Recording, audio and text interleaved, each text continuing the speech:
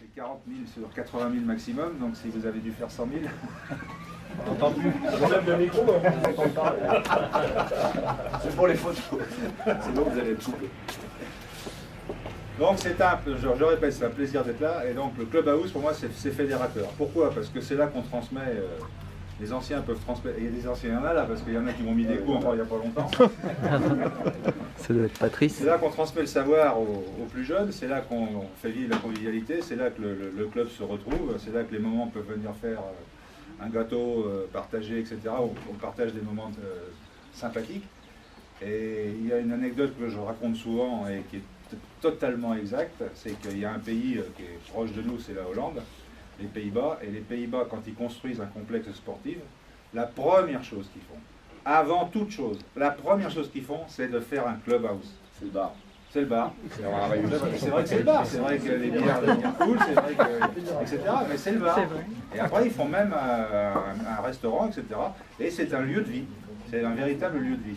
Donc moi, je suis ravi parce que je pense que tous les clubs devraient faire l'effort de faire cet investissement pour pouvoir transmettre la passion. Les jeunes ont la passion, leur ranimer la flamme, etc. Tout. Moi, je pense qu'il n'y a rien de mieux que de commencer par ça. Alors après, mon cher Eric, si je ne parlais pas d'un petit terrain synthétique... Il y a la suite, ouais. On y pense. Je sais très bien que vous y pensez. L'amenez pas sur le sujet parce que tout le monde a ça à l'esprit, donc c'est pas la peine de le répéter à chaque fois. C'est dans les projets. Et après, vous serez les rois du pétrole ici. Parce que vous avez une pelouse qui est immense, vous avez quoi faire. Vous avez à peu près 620 licenciés, je crois maintenant. 560 cette année, 560 sur le 6 c'est un peu comme l'INSEE, on m'a dit 600, maintenant c'est 520. Non, j'aurais pu le prendre, j'ai des comptes au jour le jour, ils sont arrêtés au 30 avril. Et 600, il y a beaucoup de gens qui disent, moi je suis un petit club, j'ai 450-500 licenciés. Je vais vous dire que 600 c'est un très gros club. C'est un très gros club. Et là, je leur félicite encore une fois Camille et Patrick qui ont été à l'origine de la fusion, parce que ça c'est quelque chose de fantastique.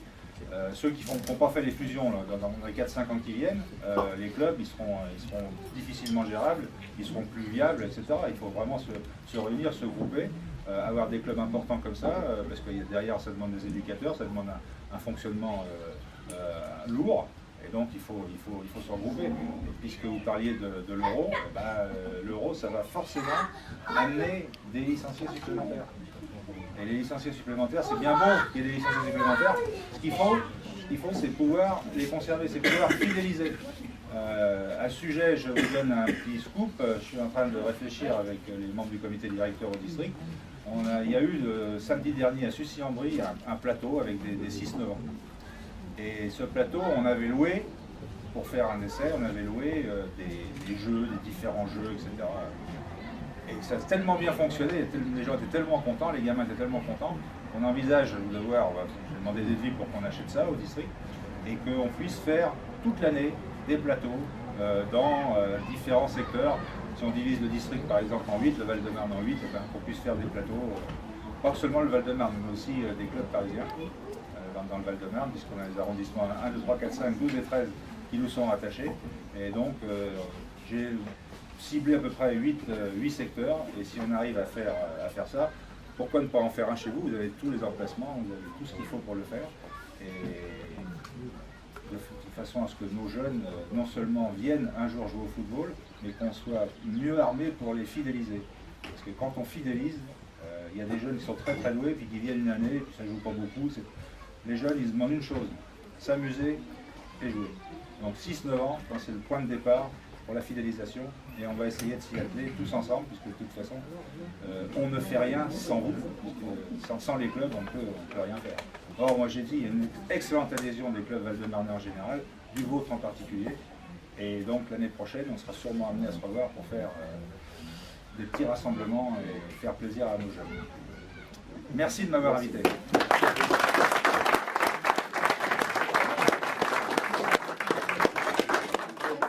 Ajouter un mot par rapport à ce qu'a dit Thierry. Ce qui se passe souvent, on nous dit mais il y a des compétitions de football organisées en France ou une Coupe du Monde, etc. et les clubs n'ont rien. Alors pour vous dire qu'ici, en fait, c'est grâce à l'euro, et c'est pour ça qu'il a fallu le faire dans un temps contraint, qu'on a eu cette subvention. Donc il ne faudra pas attendre après, enfin tant mieux si après on a encore des subventions, hein. Ça c'est pas ce que je veux dire, bien au contraire. Mais ça veut dire que l'investissement et les retombées de l'euro, on les a déjà eues. Voilà. C'était l'objectif. L'objectif, c'était que la Fédération française avait négocié avec l'UEFA, c'était de faire en sorte que l'euro laisse un héritage au football français et au sport français, parce qu'il y a beaucoup d'installations qui sont des installations non pas seulement pour le football. Et donc, je peux vous annoncer que l'année prochaine, le président Le Gret l'a annoncé à la dernière Assemblée fédérale, il y aura de nouveau des investissements possibles, notamment Club House et notamment terrain synthétique, etc., etc. Et à quelle hauteur, il n'a pas précisé. Ah oui. Oui, c'est toujours ça. Dans la constitution d'un dossier, il y a le conseil départemental, la région, etc. Ok. Voilà, moi j'ai deux petits mots à dire. Un, principalement, parce qu'on va être associé avec Jean-Pierre pour l'année prochaine, donc tu peux venir la voir. On va être associé l'année prochaine et nous avons l'intention de réaliser un très grand tournoi international de jeunes, avec toutes les villes jumelées d'Ablon et de Villeneuve pour le week-end de la Pentecôte. Alors nous sommes en train de réfléchir sur la façon de le faire. Donc ça veut dire qu'il y aura des Bulgares, des Italiens, Portugais, Anglais, Allemands, voilà. Et on souhaite faire ça à la fois ici et sur Villeneuve-le-Roi. Et suite à ça, ça concernera bien entendu les deux communes. Les deux communes vont être concernées, mais le club et l'investissement du club va également être très important. On va avoir besoin bien évidemment de logement, de l'implication des parents, l'implication des dirigeants, et tout ça, ça se prépare dès maintenant. Donc voilà.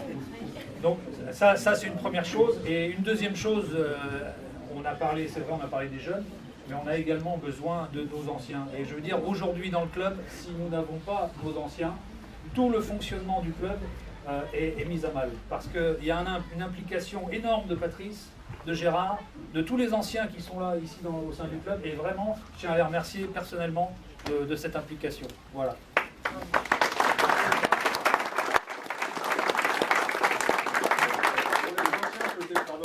Pour les anciens, je peux témoigner, ça c'est vrai, surtout à la buvette, ils sont vraiment bons. Pas pour les meilleurs. Partir quand ils viennent chez nous.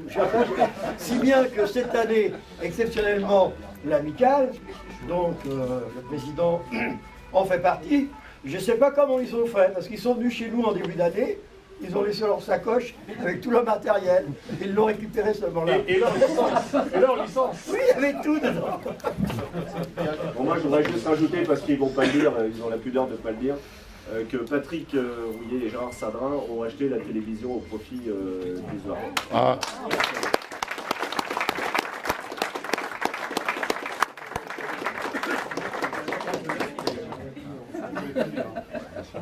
Voilà, bah écoutez, vous voulez dire un petit mot, non? Bon, écoutez, merci à vous tous, on va aller couper le ruban. Enrique, si. Voilà une bonne parole. Ok, ça marche. Bon, ben, je vous invite à passer à l'extérieur. On va d'abord couper le ruban, on va prendre un verre. Il est où, Patrick? Ça va? Alors, ça fait des années que j'attends ça qu'on me bat. Elle est belle, non? Du temps? C'est-à-dire que... Ah bah là, c'est sûr que ça ressemble. Tout le monde est prêt? Le ruban, vous tendez? C'est bon pour l'inauguration? 1, 2, 3, voilà.